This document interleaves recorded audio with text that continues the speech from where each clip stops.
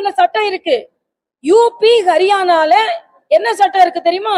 ஆணவ கொலை நடந்ததுன்னா ஃபாஸ்ட் கோர்ட் ஸ்பெஷலா அதை இன்வெஸ்டிகேட் பண்ணணும்ன்ற சட்டம் இருக்கு. ஆனா நீங்க ஆளுகின்ற ஒரு மாநிலத்துல அங்க இளைஞர்கள் கொலை செய்யப்படுகிறார்கள். அங்க போய் கூட பார்க்க உங்களால முடியாது. ஆனா ஆணவ கொலைக்கு ராமன் காரணம், இந்து தர்ம காரணம்னு என்ன ஆணவத்தோடு பேசுகிறீர்கள்? ஒரு ஓட்டு கூட இந்த இந்தி கூட்டணிக்கு விழக்கூடாதுன்னு நான் சொல்றேன்.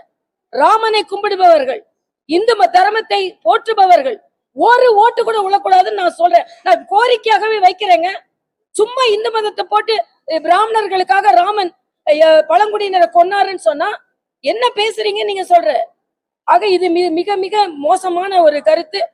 ஆணவ கொலை தடுக்கிறதுக்கு உங்க ஸ்டாலின் போய் போராட்டம் நடத்துங்க. கூட்டணிக்காக கூல கும்பிடு போட்டுட்டு உட்கார்ந்து இருக்காதுங்க.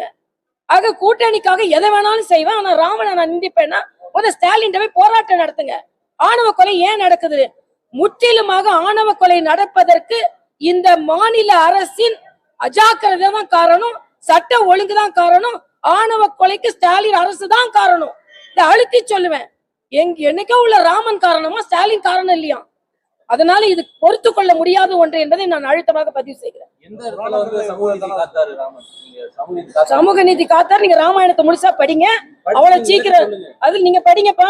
நான் கொடுக்கறேன் ஒரே நிமிஷத்துல சொல்றேன். ராமன் நான் நீங்க சொல்லி கேட்க வேண்டியல. ராமாயணம் ஆமாங்க நான் சொல்றேங்க. ராமன் சமூக நான் அப்பதான் உங்கள்ட்ட சொன்னேன். சபரிட்ட பழத்தை வாங்கி சாப்பிட்டாருங்க, பழங்குடி பெண். அதே மாதிரி அனுமன் ஒரு வானரை ஒரு ராமாயணம் தம்பிங்க, நாளைக்கு இந்த தம்பிக்கு ஒரு ராமாயண புக்கு வாங்கி கொடுத்துருங்க. சும்மா 2 வார்த்தையில ராமனை படிக்க முடியாது. ராமனை முழுசா படிங்க. கண்ணதாசன் என்ன சொன்னார் தெரியுமா?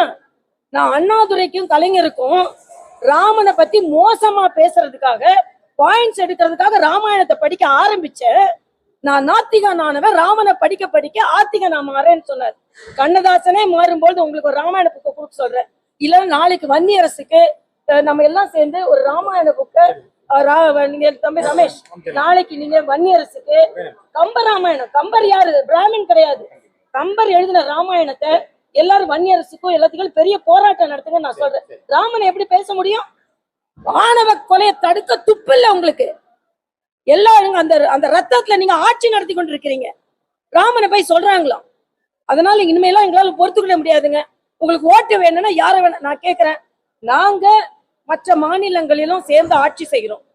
மற்ற மாநிலங்களுக்கு அனுசரணையா பேசினா இந்திக்காரனுக்கு அனுசரணையா பேசுறேன்னு இன்னைக்கு எந்த விதத்துல பஞ்சாப் முதலமைச்சரை கூப்பிடுறீங்க? பஞ்சாப்